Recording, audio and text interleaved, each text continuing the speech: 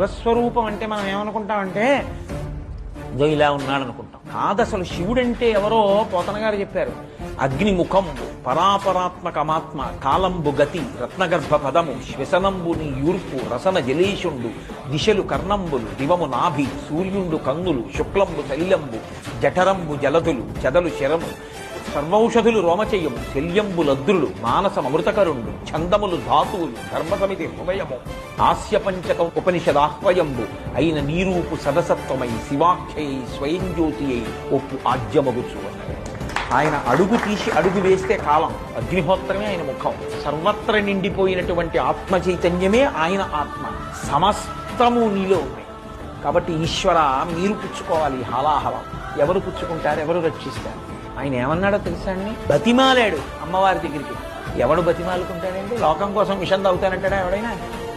పార్వతీదేవి దగ్గరికి వెళ్ళన్నాడు. వీళ్ళందరూ మన పిల్లలు పార్వతి, ఎలా ఏడుస్తున్నారో చూడు. తల్లిదండ్రులం మనం ఉండగా పిల్లలు అలా బాధపడ్డామా?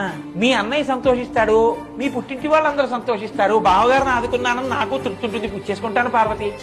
ఏమిటి విషయం? ఎవరి కోసం? లోకం కోసం పుచ్చేసుకుంటా అంటాడు.